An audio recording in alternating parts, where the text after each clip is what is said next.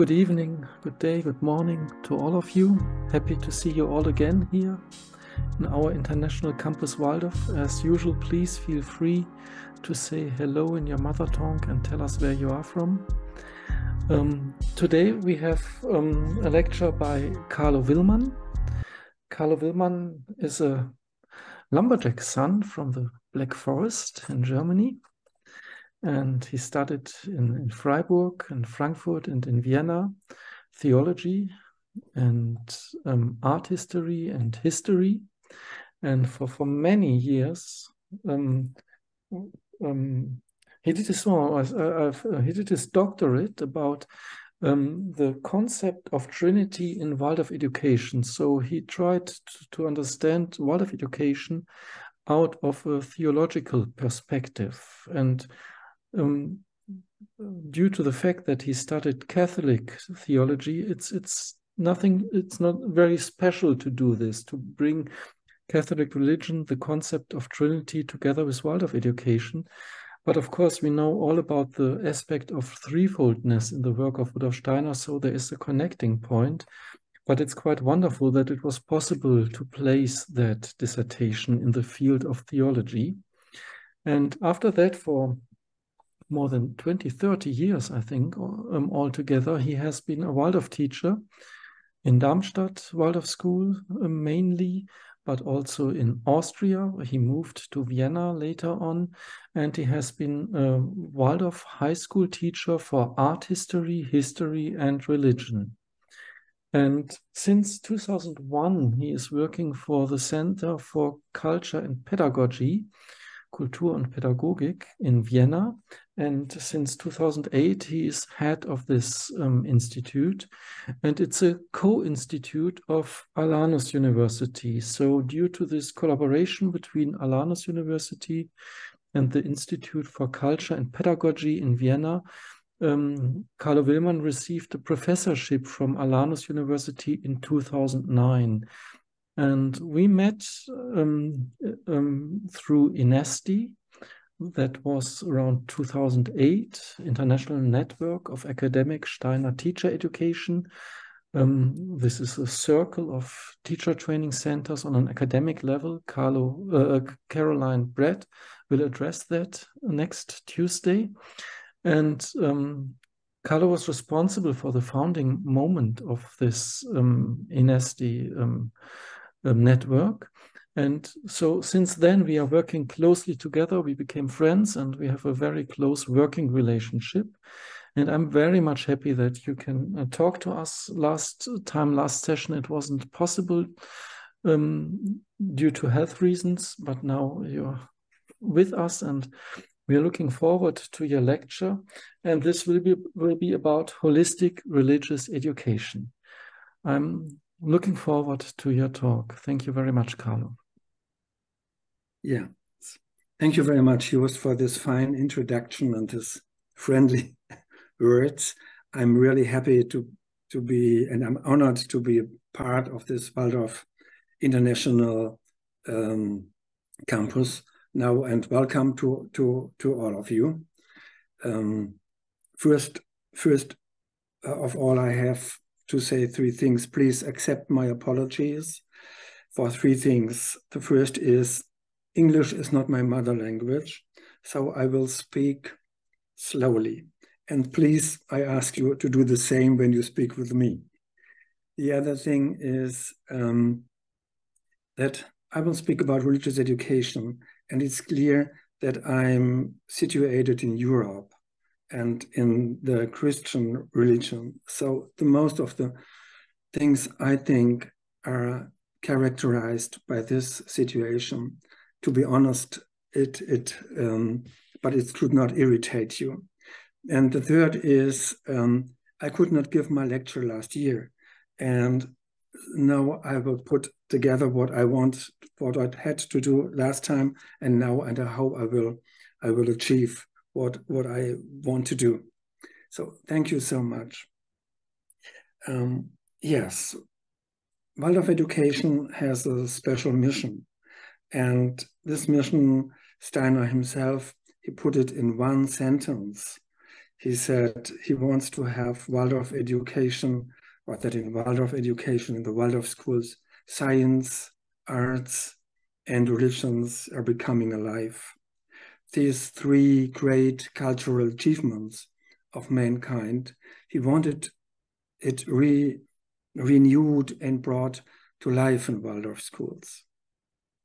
If we look now to the point of religious education, we can see that it is at, let me say, at the edge of attention. The main role in Waldorf education plays the art. And I remember the last fine session we had where David really said, what is our parents looking for in Waldorf education? Creativity. Now is creativity something what is not only reserved for art. You need creativity in science and you need it also in religion. But this is clear that the main role is art. And if a Waldorf school presents themselves, the school presents the artistic level they have. And I asked me, why is it that religious education, what should be equally, is not so much in attention of us? That's clear on one point. There is that we live, or in Central Europe or in the northern countries, we live more in secular societies. And these societies, and it's very good that we live in secular societies and not in theocratic societies. Nobody of us wants to live in a theocratic dictatorship. But this society is secular and is more materialistic organized, more materialistic than spiritual, and is technology oriented. And this is a bit, it's not far, but it's away from many things religion are dealing with. And I remember that Yuval Harari, the Israeli historian, he said, the new religion, this is consumerism. And this is a very successful religion because all the members of it are following the rules of this new religion, what members of the old religions in the earlier times never did. So this is the one part. And on the other part, we have to say, I have to admit that often the representatives, the public representatives of religions are not enough convincing to interest people to have more interest in religion, or parents to engage them for the religious education for their children in schools. That's clear. There is a certain lack, I think, of a contemporary, modern spirituality, and all the failings and even offenses we heard in the last time. This is not convincing for religion. And between those both positions, there is a school who says we want to bring religion alive, and this is not easy. That is, I can see that when I look on the website on the Waldorf schools here in the German-speaking region, if I look there, then I find art, science, and handicraft. Or it's written science, art, and social competences.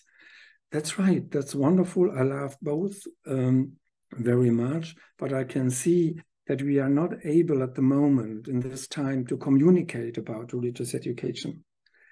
And even the intercultural Waldorf schools we have, and that is very, very impressive, very impressive. You must dig in the website to find the word, for example, religious festivals or so. So my questions I put to myself is, why is it? What can we do? Should we change this or not? Should we wait to another situation in 200 years? Is it right that we will engage us in religious education when we even do not communicate with the parents, the publicity.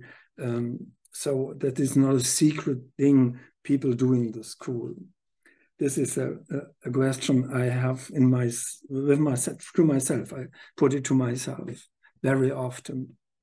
But nevertheless, I'm very interested in that as a former religious education teacher.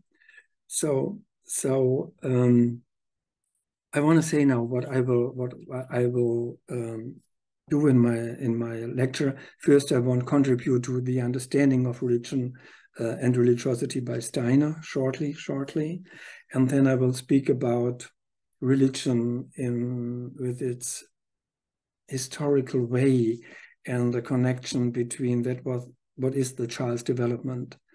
I would like to do this. And then from this point of view, I would like to look to the idea of religious education in the sense how Steiner designed it and demanded it for the Waldorf schools. And then I will have a look to the global context.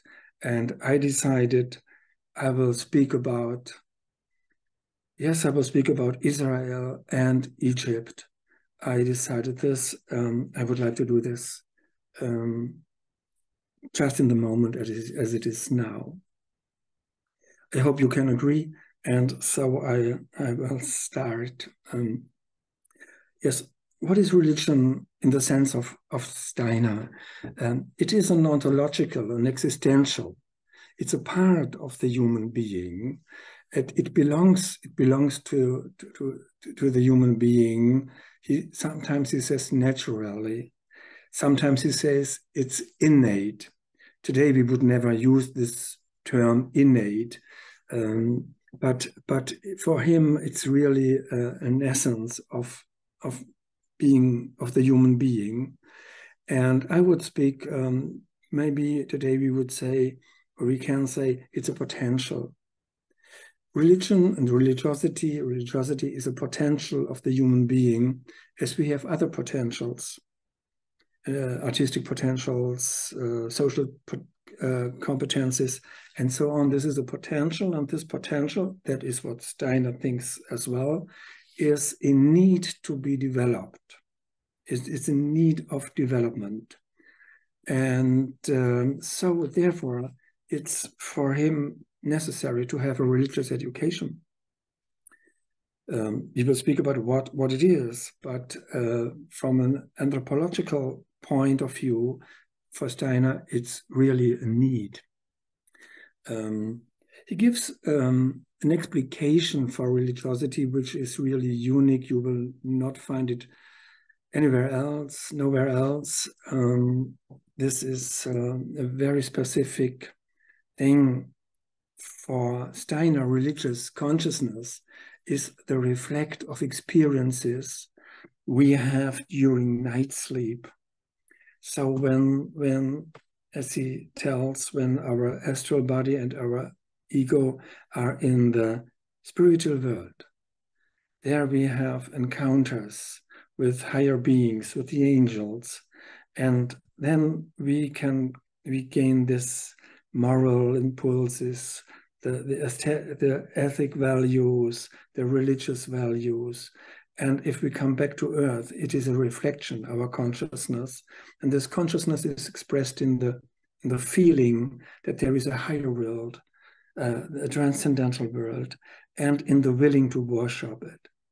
And this worship is not only what Jews do on Sabbath and Muslims on Friday and Christians on Sunday, but is a worship what means to live in this atmosphere of this divine world and always to create it.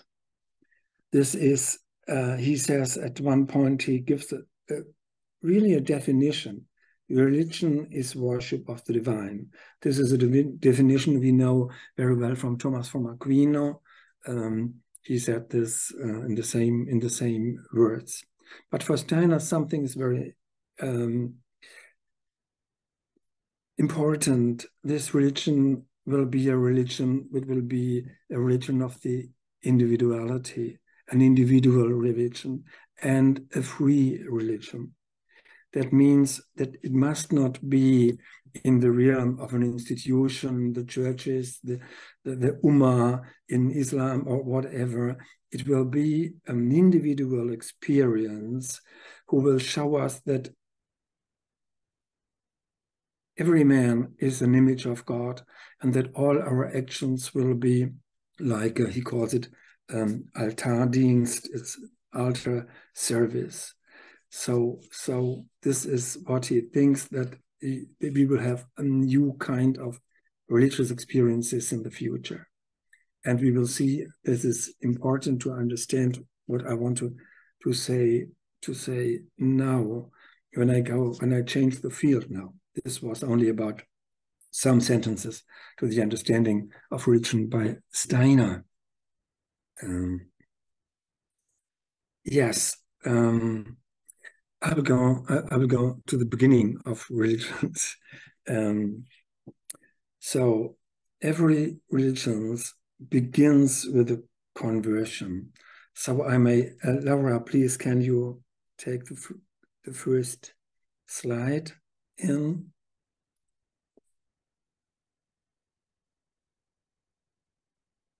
Thank you very much. Yes, I said every religion begins with a conversion, and this conversion is calling for a reversal of life. A conversion is a break, a turnaround. For example, if we look at the story of Siddhartha Gautama, this picture we see, I found it in Nara in Japan. Nara is a very important, significant place for the Buddhism in Japan, and it's one of the oldest pictures we have about the life of Buddha. And this is the moment Buddha rides out in the night from the palace of his father. Secretly, he does it, and his father wanted to avoid this, but in vain. And so this was the beginning of a big conversion when the Buddha met the ill, the older, the death, and the asset. So it starts with this rites in the night. And another example for that is we have it in the Christian religion as well. Laura, please, the next, if it's possible. Yes, thank you. I have chosen this masterpiece of Caravaggio for that. It's Saulus. We recognize it in the pictures. It is Saulus on the way to Damascus, where Christ appeared to him, so tells the Bible, and fell off his horse. So he fell off his horse as Buddha got off his horse to go to the asset. What was a revolution? A prince never got off his horse to go by feet to an asset. So or an ill or a death. And this is the same with Saulus. He was a persecutor of the young Christian community, and this event made him the herald of Christianity. And Paulus, he was responsible for the following extension of Christianity, and he gave the ground for the Christian new theology. This is always in the beginning. We could speak about others. Mohammed in the night, in the caves of the mountain Hira. You see always that night plays a certain role in the religions. Yes, but if the conversion is very often for single persons, but in consequences there will be an increasing community, and if this community is great enough, it begins to influence the society. And this program we will call, after conversion, the next step in the learning in religion is the step of inculturation. Inculturation is influenced, of course, by many factors, but the religion channels it. Laura, please, the next slide. In the realm of Christianity, these were the monasteries who were working for the inculturation of this. This means an inculturation of the religious contents, of the religious customs, more customs, and the religious way of life. But also in this case, they dealt with landscapes. They were responsible for the agriculture. They were responsible for the vineyards and so on, for fish farming, everything. Our landscape in the Central Europe or in Europe is very much influenced by the work of the monasteries there. But this was one thing. We have many things till today. We are influenced by this time of inculturation of a religion. As what we eat, the Jewish do not, the Muslims do not eat pork, and the Hindus do not eat beef, and the Christians eat both, but not on Friday, and so on. What we wear when in a funeral, we wear black clothes. Buddhists wear white clothes, and so on. Our time calculation, we live in 2023, and the Jewish live in 5,784, and the Buddhists in 2,566, and so on. This was a long process, and for many hundred years, the Islamic religion was quicker, was faster, but in Europe this was a long year. And the monasteries also were responsible for education. The next, please, Laura. Yes, education. This I like this very much. It's a small part of a picture, and this is wonderful to see that here learning means to show something. And you see this long finger, which is typical for the Roman art. Yes, that the most important thing is the biggest thing you can see on a picture. So, and the eyes, the opened eyes, this education. And sometimes I think every teacher in Europe is someone is a follower on the teaching monks of the Middle Age. But this time also finished as well, and there came a new situation, and this situation is influenced by what David last time spoke about Gutenberg. It is influenced by the new forms of publishing books, and this new level of religious, how to learn in a religion, began with the Reformation. The unit of the Western Christianity fell apart. Now there were new currents, new churches, Protestant, Anglicans, and these competed. There was a real competition between these different directions in the religion.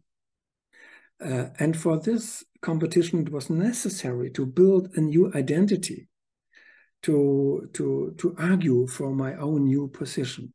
And please, the next, Laura. Yes, this is not out of the time of Reformation. This is from later, but it's a wonderful example for that. What happened? You see people reading, people discussing, people thinking, and you see, and that's all new, you see family. It's not only the monks and the young monks and so on, not only in their dream, that no, it's for the society. It's for the society. You see women, and so this is now gets the religion becomes more abstract, intellectual. It has to be. It was no longer in the realm of a warm or whatever society of monks, and so, but it was really now you had to discuss, to argue, and at that moment, there came what was for the next 400 years important, the so-called catechism. The next, please. Only for, yes, this is katholischer Katechismus. This is, everything was discussed now and was intellectual. This was a big intellectual input into religion, what has never been before in this so great. It was not so great. I know, of course, I know that there are very famous philosophers and theologians in the Middle Age, but the right society began to discuss and to organize this in an intellectual way. Yes, this time also has come to an end. It is gone. The binding force of such a program is gone out. Religion and the churches representing it are today, they are confronted with a new reality, a socio-religious reality. And we can describe this with the following concepts. It's the increasing individualism and the desire of self-determination and self-development. The next, please, Laura. Yes, thank you. I think Ida knows what it is. It is the sign for the pilgrim way of St. Jacob. Yes, and I would like to say, yes, today, everyone today is a pilgrim. We are on expedition. The time of formation, what was before, but when we were formed in the group we lived in, the identity was the identity of the group, and we argued with the arguments of the group. This is something that is going away. This is going away, and everybody now is on the way, on his own way. And we are pilgrims in this situation. And to that pilgrims comes, this way comes that there are many, many ways. With the globalization, we have so much possibilities, so much options in the 20th century or in the last decades with its multiple offers we have today. So this is a change, a real change, that it is not in an instructive religion given by institutions, but everyone can be free to change his own and to create his own kind of religiosity. And of course, he is looking for a community.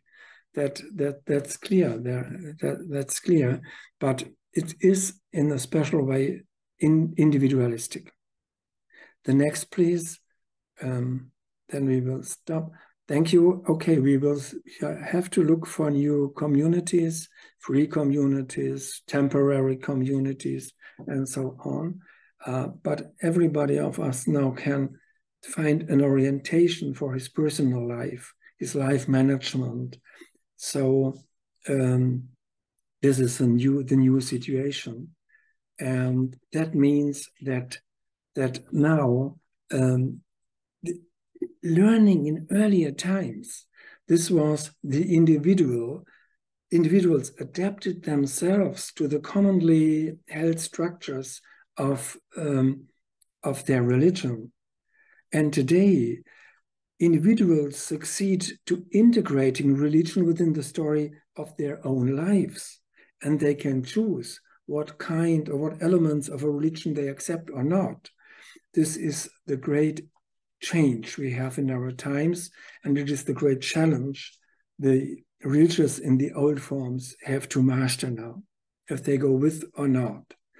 And this is, I would like to say, this is what Steiner saw, that this will come, and that we will need another approach to religion, and that we will need another approach to religious education.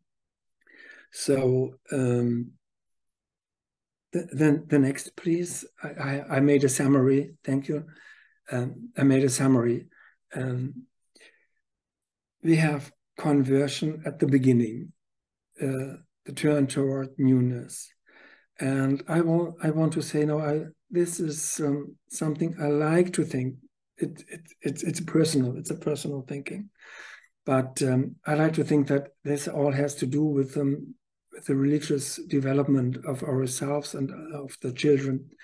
For me, conversion means, yes, everybody of us has a big conversion. And this conversion is the one that we leave the spiritual world and come to earth. This is our big conversation. And the first years we are in the night, we do not know, we can't remember. This is the first thing where the will is so deep, and the will is the deepest of religion. And as when Steiner says that the little child is a completely religious being, so yes, this is like in the beginning of the great religions. So if I ask me, expedition, this is our situation today. The children, are they pilgrims? Are they on expedition? No, they are. They are not. We are on expedition, but all what we have to do is, for a good religious education, the aim is to prepare the children and the young people to be to become a good pilgrim and a guide for expedition, later, a guide for himself and a guide for others. So our aim is not to instruct. We can do that. We will speak. Sometimes we must do it, but is to prepare them in a free way to be a good pilgrim, and to be able to be a good pilgrim also for the others. But for this, children are not in an expedition. We must see, I think so, that the child has to go to learn all these things in a modern way, naturally, that it can repeat what is an inculturation. This is what we do in inculturation, means to bring the child into the world, that the child can organize himself in the world, that he can be active in the world. It learns how to deal with the world. This is inculturation. And this, we speak about the good virtues, good habit. And so this is what we have also to do with religion, what the monks did, to have that the child have experiences, that the child learns to pray, that the child learns to know silence, that the child can go to his inner life, that there is an inner life, and those things. After this time, I know I was a teacher for upper classes. It was always great. And now, when the time of reflection and instruction comes, this is a very exciting thing. You have to deal with the young people, argues against religion. At the same time, if I need that, I think that at 10th grade and 11th grade, there must be more atheists than ever, so that you can really have this let me say, this struggle of reflection and argues and so on. So this is a very important thing in the way people come to an own authentic religiosity. They must leave it or lose it and find it again to be major for the expedition. And I think this is what Steiner always, what Steiner would say if he says religious education is not to teach. This is not to teach, to instruct, and to that they learn what by heart things, but to feel. And this is the way we can see what was also in history. So I will go nearly to Steiner, and I have two quotes from Steiner chosen for this evening. The one is makes sure that he thinks seriously about it. Please, Laura, can we have the next? Yeah, thank you. Yes, please read it.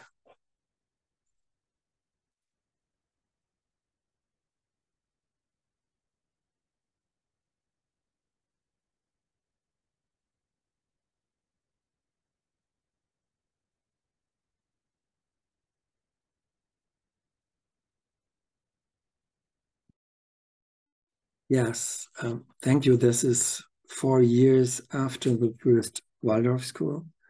And he had experiences with the school and with the situation and so.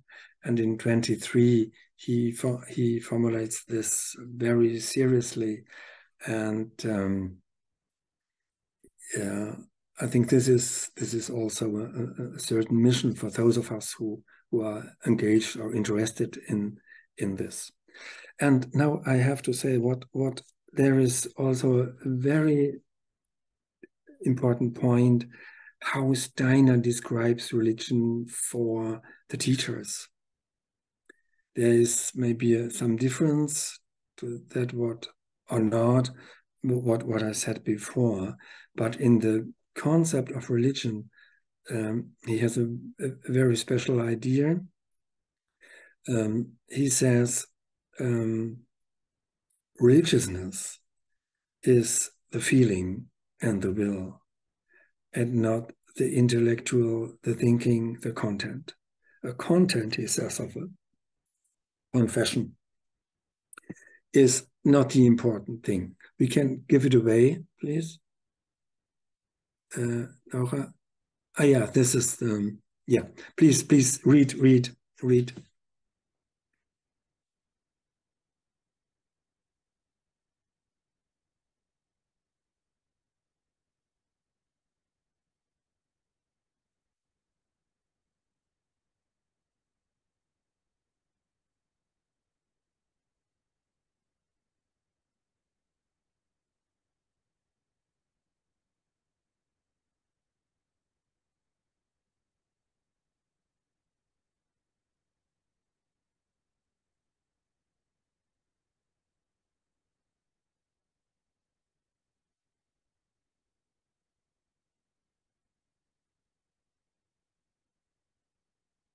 Yes, thank you. So Laura, you can close. Thank you very much. Yes, this is the special thing that he says the content is not important. I will say, yeah, he's right.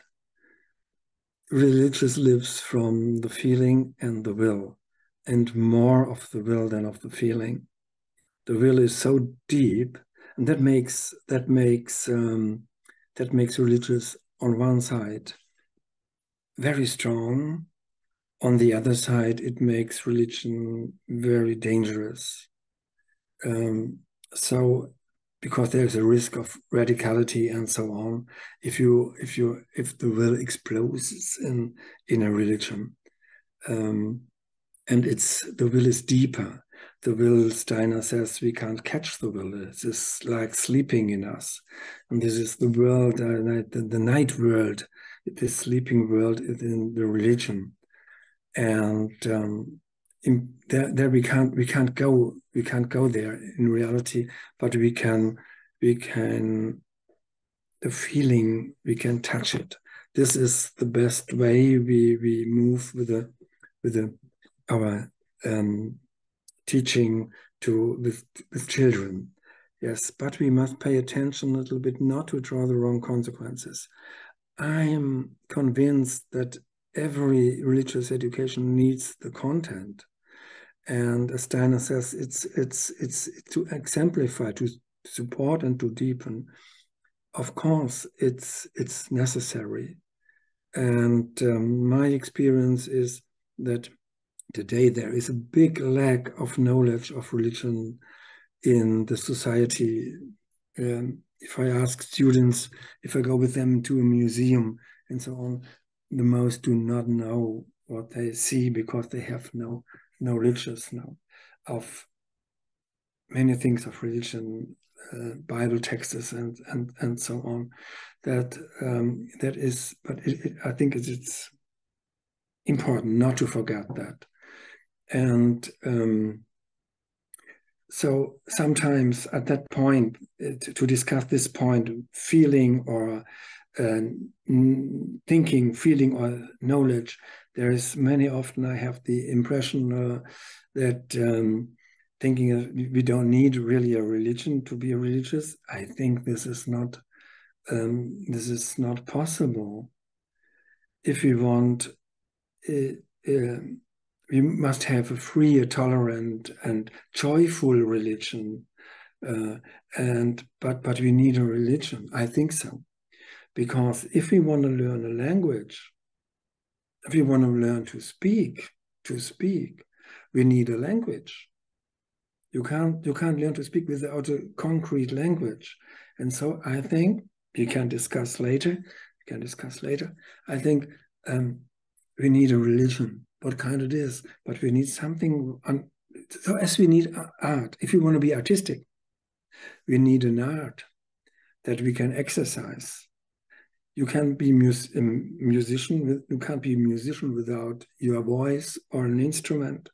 You need something, and therefore I think it's important to think about this also, but not to draw the wrong consequences that there would be no content or no religion for religiousness. Yes, and from this point of view, that feeling and will is the main thing of religion. This has a very important consequence, and a very good consequence for the future, and a very good consequence for that what we call later men in expedition. This is that there must be, in the sense of Steiner, a universal religious education, not a religious education which is dominated by a denomination or a certain religion. His idea is to touch the soul of the children with his feelings, and not to give instructions, and not to give abstract contents the child cannot understand. It is quite better to have in religion to move with the feelings of the child, and to be able to do that, there he creates this idea of a general, universal religious education.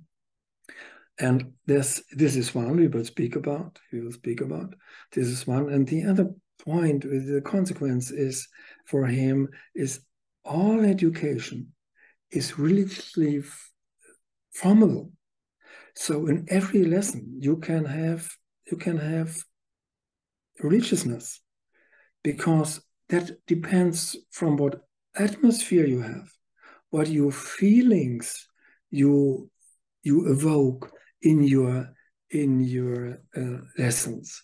This is for him the point. He can say mathematics. In mathematics there can be very much religion, and we will see that this depends from the feelings he describes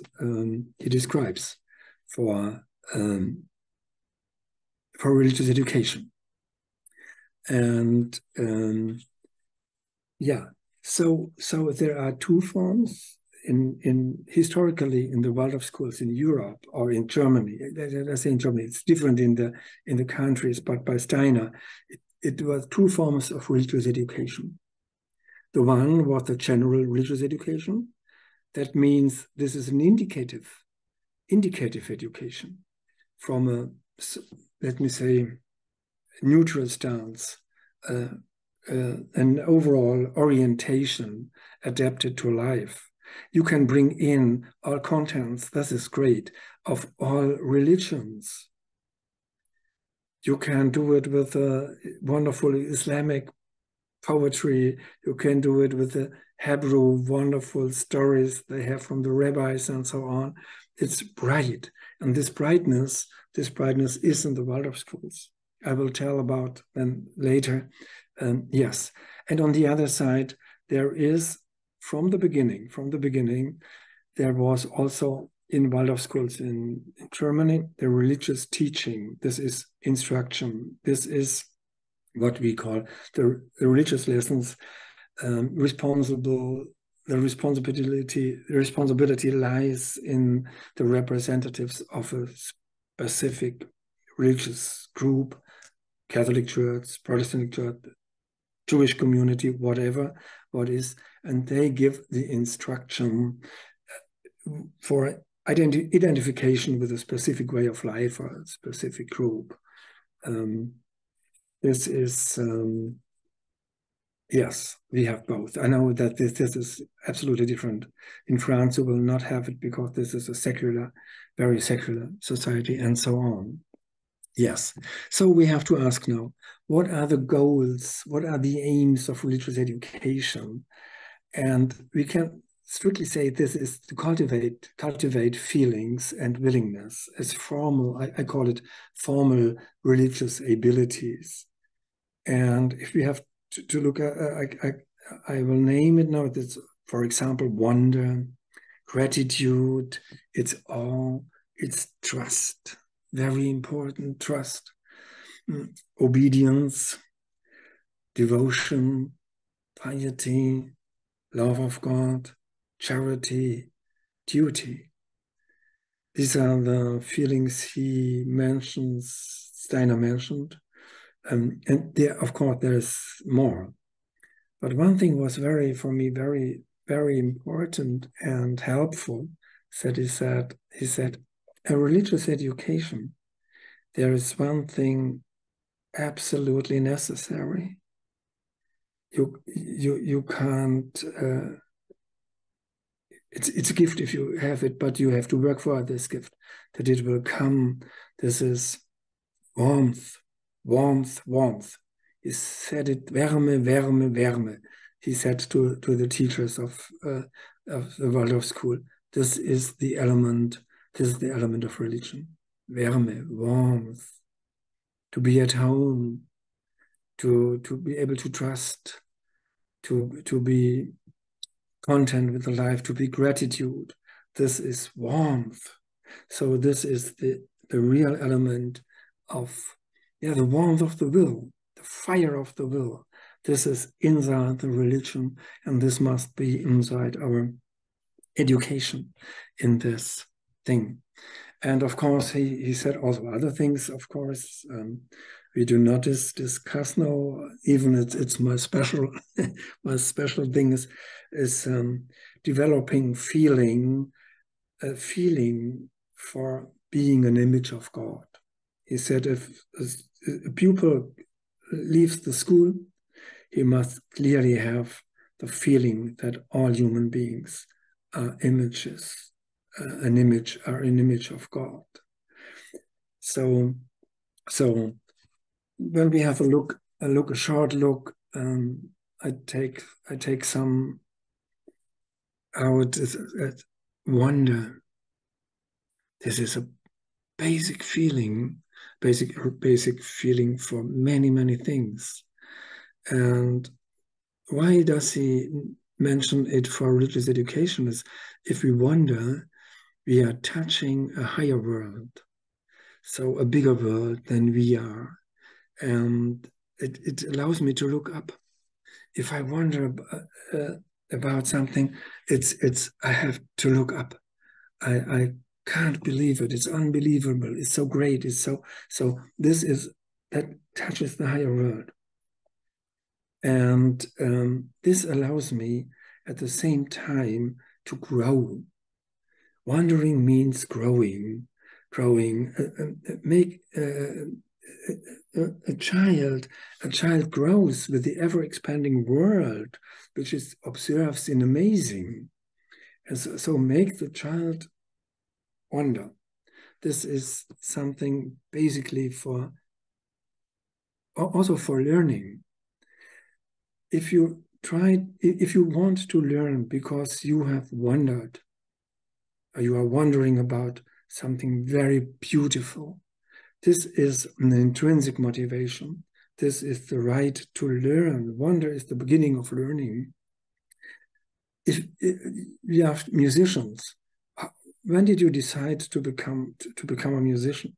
Many of them say, when I was 5 years old, I heard the first violoncello, I heard the first, and so on. This is wandering, and it gives you a direction for your life. And together with this, Steiner mentions many often gratitude.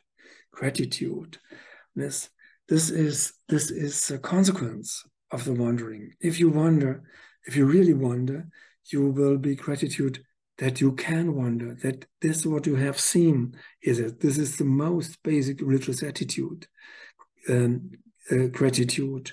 That means admiring the nature, admiring the cosmos, admiring the world, and to be you feel that it's great, it's greater than you are, and so this gives you the universal gratitude. And I think it's really a very important feeling, because it's not as the most people think. Very often we think, yeah, it's easy to be gratitude if you have a good life. That's right. But the gratitude, I think that Steiner means, is another one. It's a gratitude, a general, a universal gratitude. And this gratitude allows you to have a happy life. Because if you feel this gratitude universal, there can be many things you don't like, and you have to deal with in a strong way. But with this feeling, you can organize it, you can managing it. You are happy because you are gratitude, and not you are gratitude because you are happy. I think this is all these things Steiner says are very important for resilience, for example. And there are others critical to be seen today. He speaks from Gehorsam. Gehorsam, there is obedience. Gehorsam is a word we can never use in the German language, because of our history. But we have to think about what Gehorsam really means, or means maybe when he speaks about, because Gehorsam means, I think Gehorsam means, obedience means to be appreciative to others. Gehorsam comes from hören, to hear in Germany. If you can hear the need of others, and you can hear exactly, you can hear very attentive. This is something I like very much in religion. Religion is not only religare, that means Latin religare, that means to reconnect, or to reconnect. But it means also to observe exactly and attentively, to consider things really very fine. You look at that. This is religio. Religio means to be very attentive, mindfulness. If you look at things mindfulness, you are in religio. This is the Latin thing, and so it's also a religious education must be very attentive to mindfulness. Yes, so I will say all that what Steiner designed as a religious education. This is it supports confidence building. It helps us to be resilient, to promotes resilience.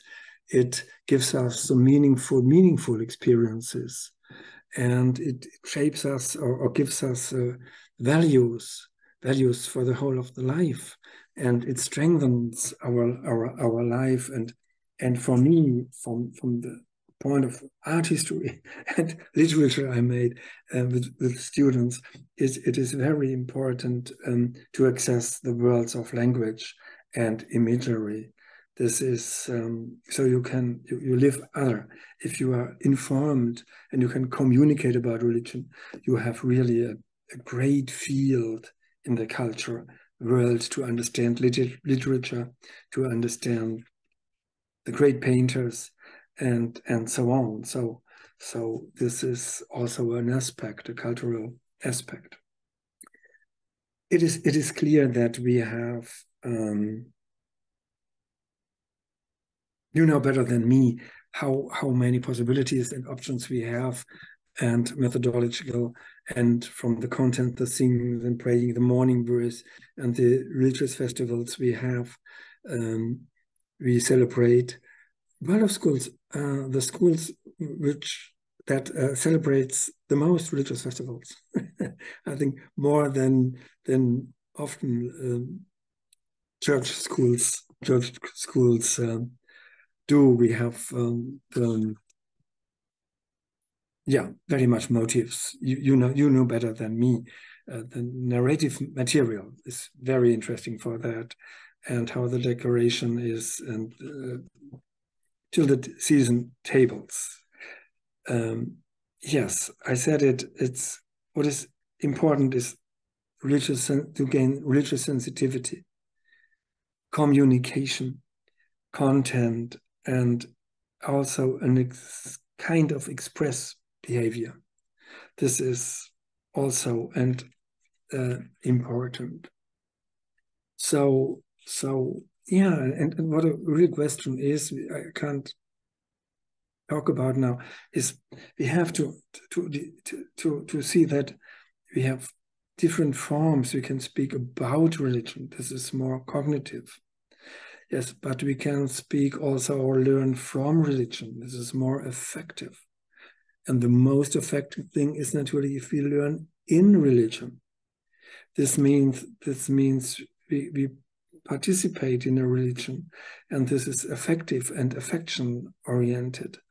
And we must do all the things, all the three things: speak about, speak from, speak in. This is a very sensitive thing. So yes, but to close the first part, I'm looking. Oh yeah, holistic means Waldorf schools are sensitive to religion. Sensitive. We are a sensitive school. Every religion is. The schools are open-minded to religions and tolerant towards all religions.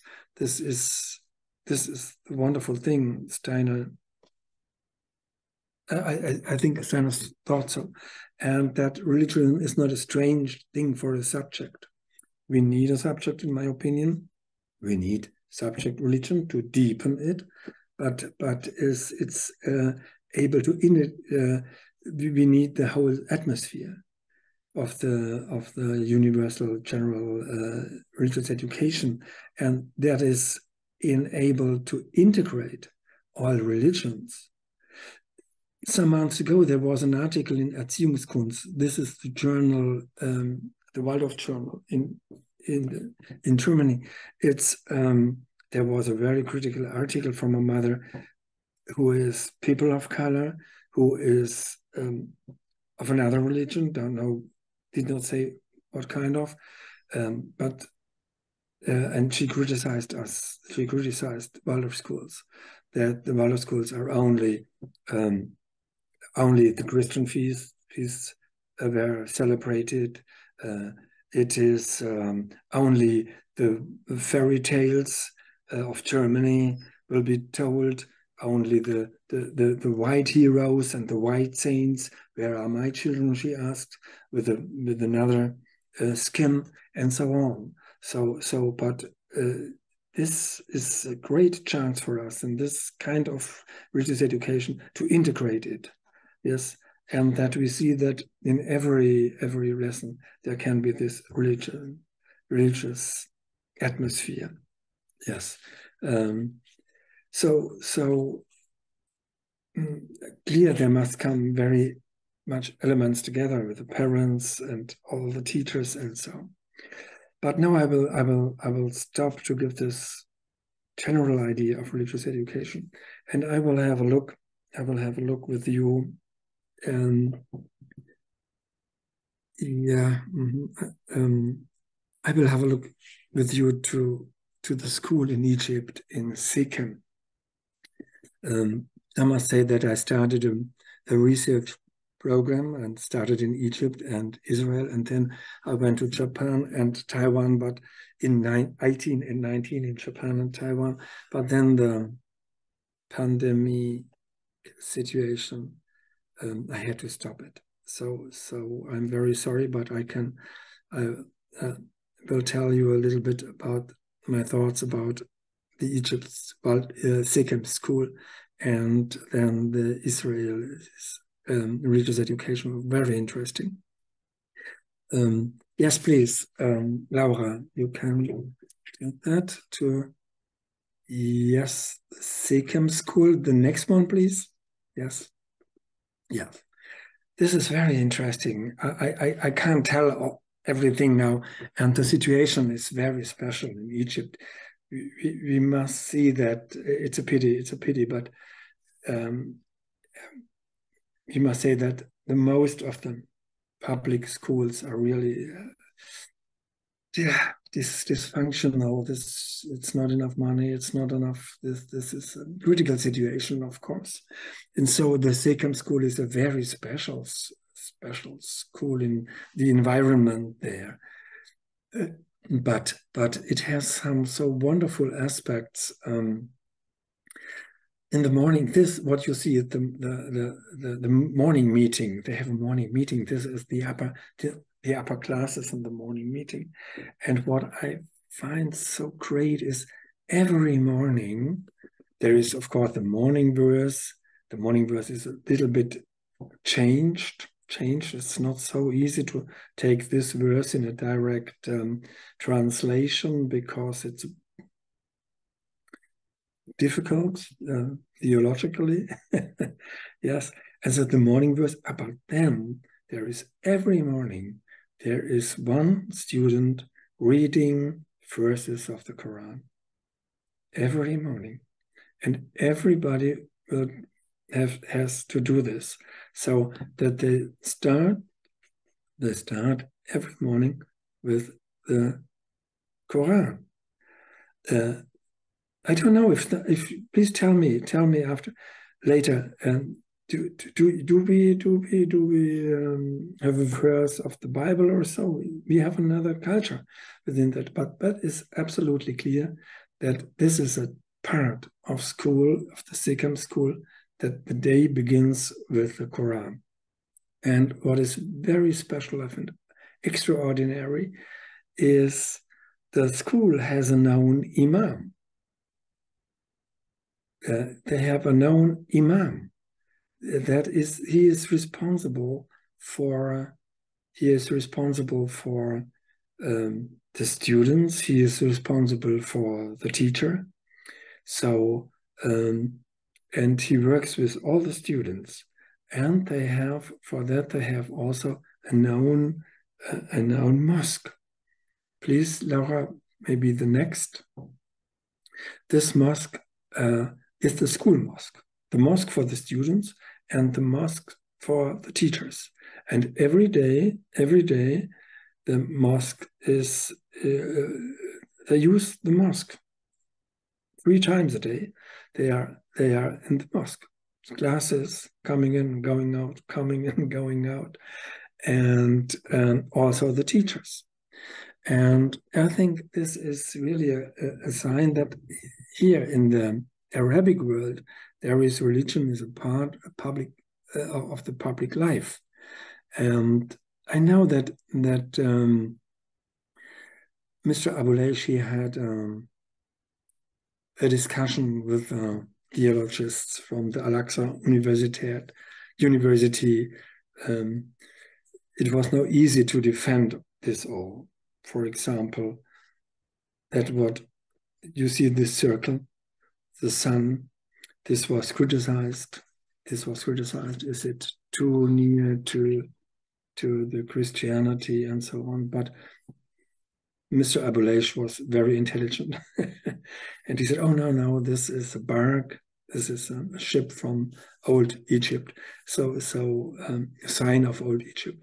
And so yes, clear. When the next picture, please. Yes, thank you. This is where the purification is. This so this is the pit, and this was something that was very, very interesting when interviewing the teachers. They said a very important part for the religion is purity. Purity. We ask someone of us, I don't know if we say purity, but it's purity, and that means the teachers, it means one hand, the physical purity is important. No, a Muslim does not pray without to be purified. But it means also the inner purity. And it's wonderful how they work together with the Quran in the teacher conferences. So, for example, for example, in the Islam there exists, Allah has 99 names. And they took a name and meditated for a month. For example, Allah is patience. So they meditate, what can that mean to be patient for me as a teacher? So they go along the religion in their conferences, and they are practicing a kind of an opened Islam there. Yes. And it was clear that what was very important for their idea of religious education, what wanted they to teach the children, is that mercy was very important. Mercy. And I thought, oh yeah, this is clear. Every surah begins with the gracious and the merciful Allah. And this is very deep in it, that mercy is very intensive quality we need. And confidence and courage were the other things they mentioned very often. Very interesting for me was that there is an aspect. Mr. Abulay said, when I spoke with him, he said, oh yeah, religious, that needs a long time. And I said, yes, that's true, that needs a long time. Religion is something for the whole life. But then he said, and it's very expensive. I said, oh, why very expensive? What do you mean expensive? I never thought about the expenses for religious education. And then I learned a lot. He said, our environment is so hard, and there is no nature. And he created a paradise in Sikkim. He created a paradise. And he said, you need the nature. You need the nature for religion. Religion, to have a butterfly on the hands. This is for a child, the beginning of wandering, the beginning of gratefulness. And to organize such a nature that costs very much in Egypt. And we have it around here. And so I thought, yes, the alienation we have from religion in our times or in our societies, does it go hand in hand with the alienation of nature? This was a question. To summarize, for the Sikkim teachers, it is there is a practice of religion of mindfulness, but also is a clear idea of serving Allah. Serving Allah means serving other people. This is one of the ground ideas in the Sikkim schools. Yes, so I have to go further. Please, we will have a look to Israel. Israel is a total other organized country, then it is Egypt. And that was very interesting in Israel, was that they have a very own and special approach how to organize, for example, the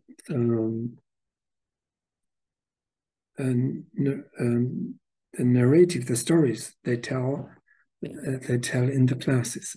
Laura, can we go further, please?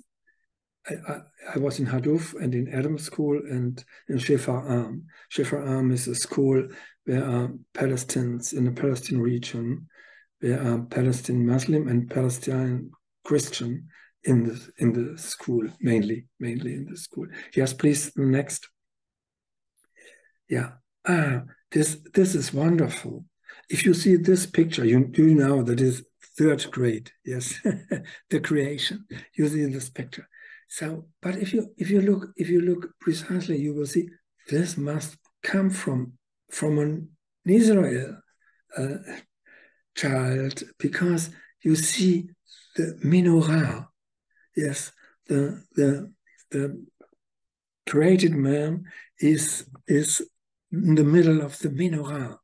Yes, so I don't know if it's the child himself or was it something the teacher. I think the teacher told have spoken about the menorah and the creation and so on, but this is the menorah, the 7 lamps. Yes, you know, the 7 lamps, and the lamp in the middle is the lamp for God, and here is man as an image of God in the middle of the menorah. It's wonderful, wonderful made. Yes, please, the next. Yeah, thank you. What they do is very interesting. They celebrate in their school. This is in Adams School now in Jerusalem. They celebrate the rituals in the families at home, the Sabbath evening or Seder. And so they celebrate it in the school with the children. So when the children in the morning have the ritual, and then in the evening once more. So this is this I find very intensive. This is very intensive. We would not do that here, that we have some rituals of except free religion lessons, that we have rituals we take in from the churches, for example. Yes, this was a very fine thing, and it was very, very silent when these are the girls, of course, who are preparing the Seder table. It's very, very silent. And then when they began, it was very, very, very loud. So very vivid there. Please, the next, please. Yes, of course, the Torah is in the class. And there is, I made this photo. It was prepared for the Simchat Torah. The next, please, so we can. Yes, Simchat Torah. This is, and it's so bitter to say that, but I want with this, I want give appreciation to our colleagues in Israel. There is so bitter, because Simchat Torah was the feast on the 7th of October. This is a festival. The young Israeli, the Jewish child gets his own Torah, and then the school in Jerusalem, they sleep in the night in the school. The Torah is prepared. This was not the festival. This was exercising for the festival, what you see. So then they sleep in the night, and early in the morning, in the darkness, they go to the Western Wall, and there they all get their own Torah. Yes, please, the next. And you see this, if you see a Torah, which has this is a paper the parents or the teachers write something, dedication for the first Torah. And if you see the second, you will see that this must be a Torah of a Waldorf school pupil, because you can see it on the paper. I hope how it's made. So they integrate once more that what Simchat Torah is celebrated in the Jewish community, but they celebrate it in the school. This is really a very, very intensive, dense event in the school. And please, the next once more, please. Yeah, what I found wonderful is this combination of art and religion, what they have there. You see, the school is called Adam's School. And you see the door, the big door, and you see Adam on that time. And on the next, please, Laura, on the next, please, you see Eva, Chava. And you see that there is, can you see the, I don't know what it's called, Griff, and you see that this one is the serpent, sorry, I don't know. No, snake, the snake. Snake, thank you. And it's a handle. Yeah, a handle, and the snake. The handle is the snake, and so they have really in the school organized that the religion is there in an artistic way, And now to come to an end, is what I was very much impressed is that they founded a known curriculum for the stories to tell in the different grades. Erzählstoff. This in the second class. We have the legends of Saint Francis or Saint Elizabeth and so, and they require to have the Jewish legends, wonderful legends. You know, Rabbi Akiva, and so wonderful legends that take the Jewish one, and also in the third grade is clear. This is Genesis. This is. There's Abraham and Moses. And then in the fourth grade, you must imagine that they can teach everything, of course, but you must imagine that the Nordic myths are not very, very estimated by many parents there. So they change to the Book of Judges.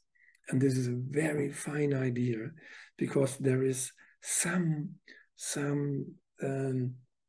connections ideally between the Book of Richter, of Judges, the Book of Judges, and the Nordic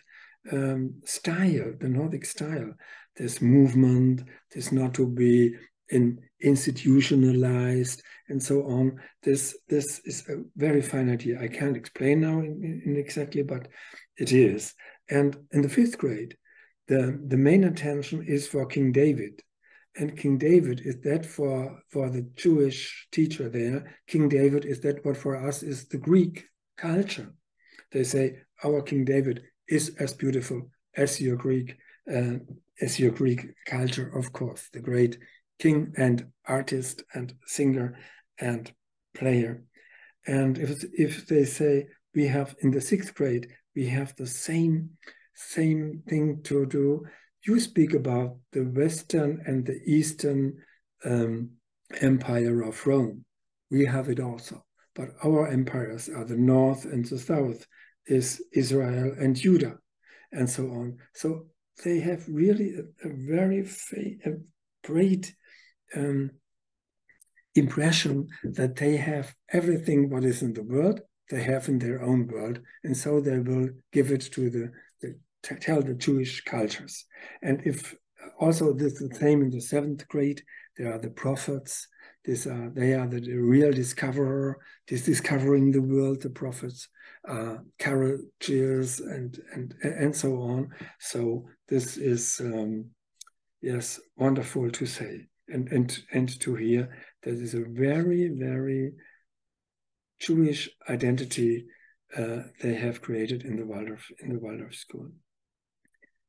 yes.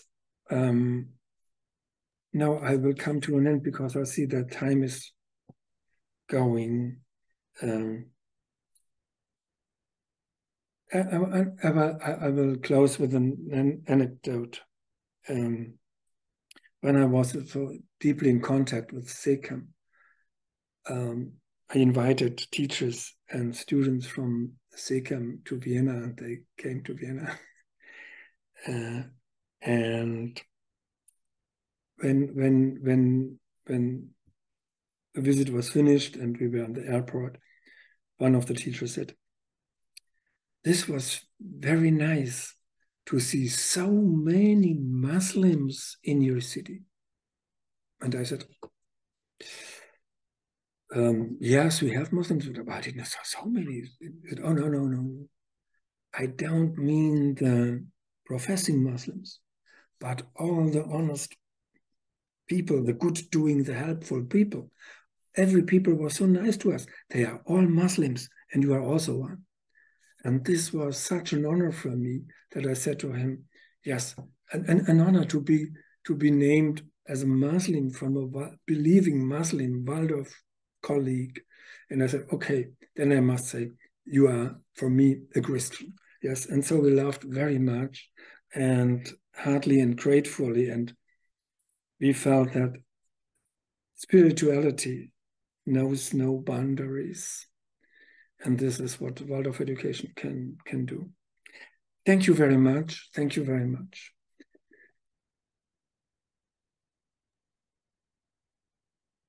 Thank you, Carlo. Thank you. So we have a couple of minutes for maybe questions or remarks from your side.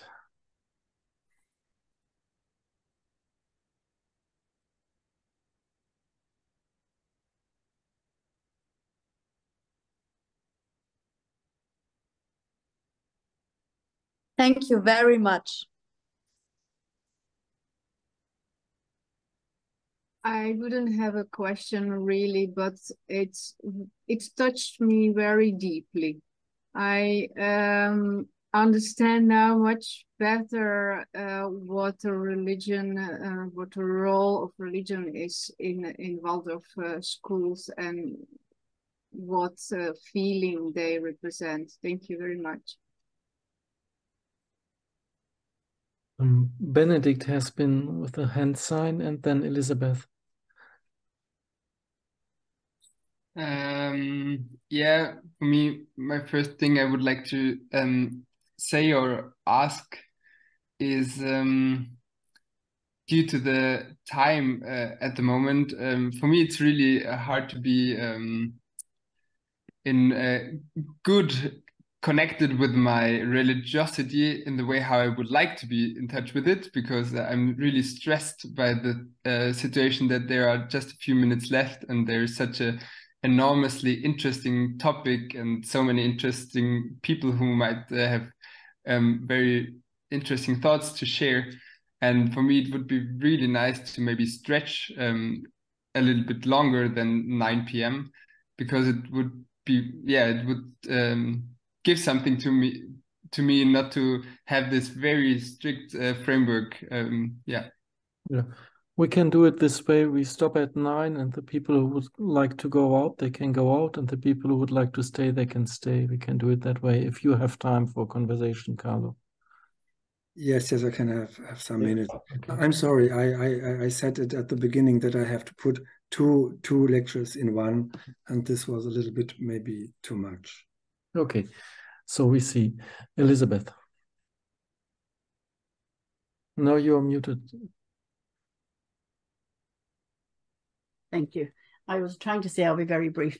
I really loved your anecdote at the end. It was really very insightful and valuable, and maybe I can borrow it to share with others at some point. The other thing that it reminded me of was a conference on world religions years and years ago at the Goetheanum. And the question that remained with me was, do you love your own religion well enough to embrace a different one? Mm-hmm. And I really took that as a real wonderful seed thought. So thank you for bringing that back to me. Yeah. Thank you. Yes, that I think that is great. Yes. Mm-hmm. Yeah. I will share so much. So I love so much this thought. Yes. Thank you.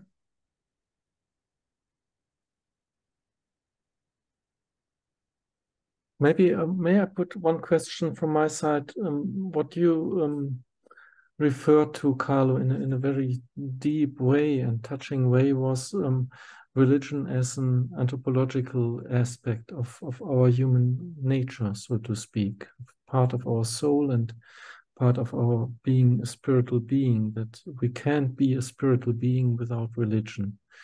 And I can see this very much. And this is a universal approach to what religion is. And of course, it's clear that it can be found in every confession, so to speak, and in every single world religion. You can find those aspects which you addressed as universal aspects.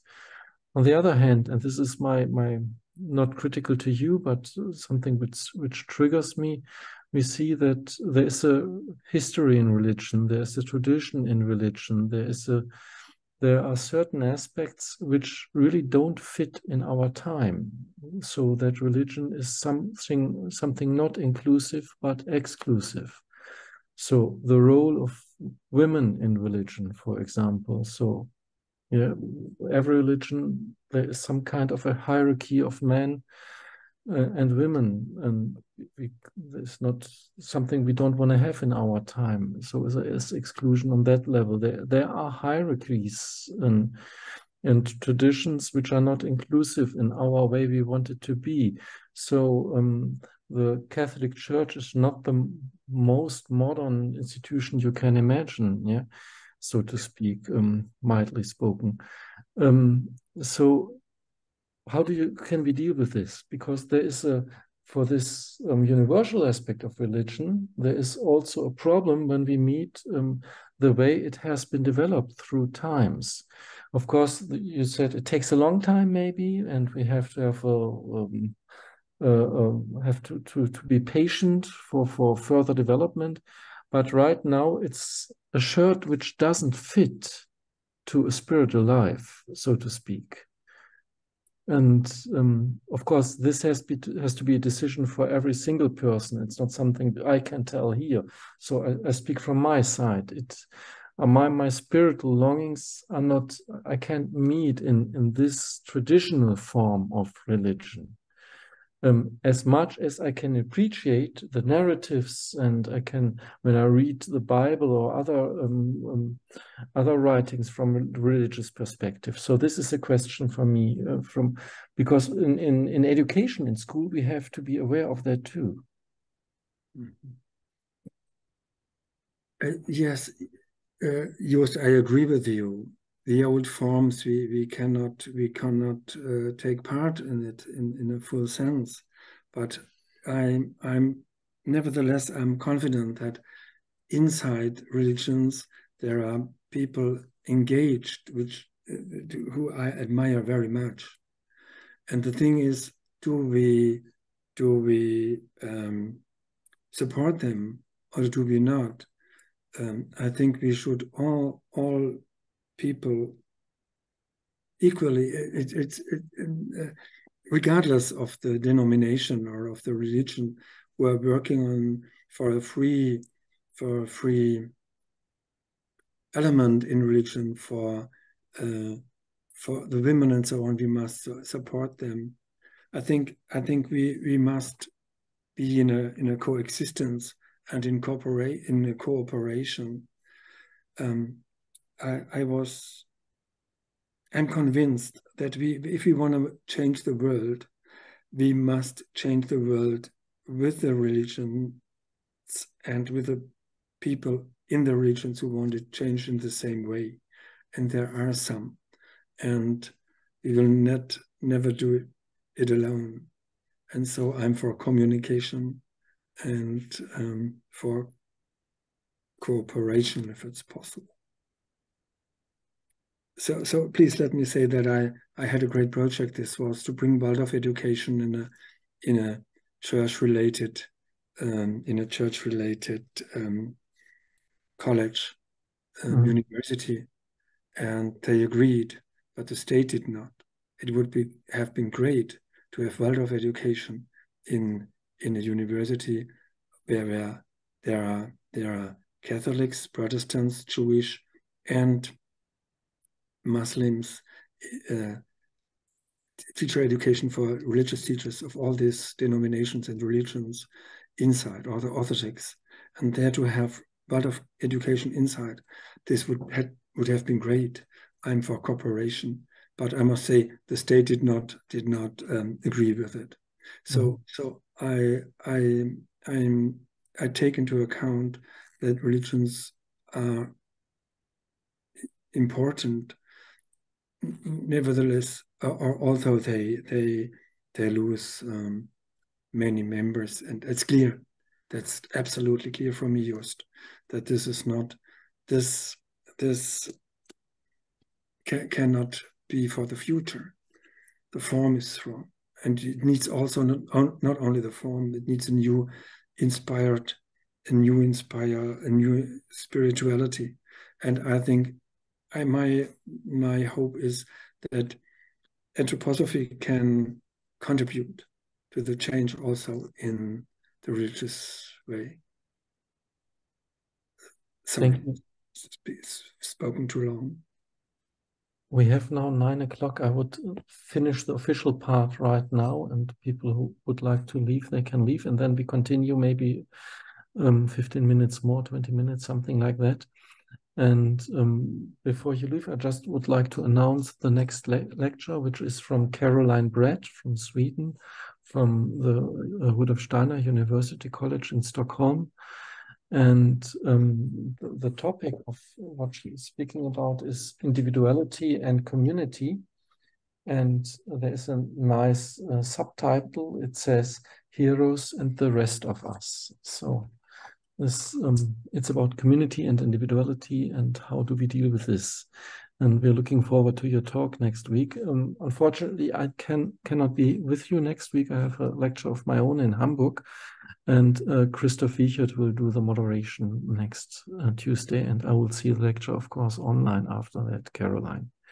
So for those who would like now to leave, they can do it. And wish you a good week and a good night. And wherever you are, a good day.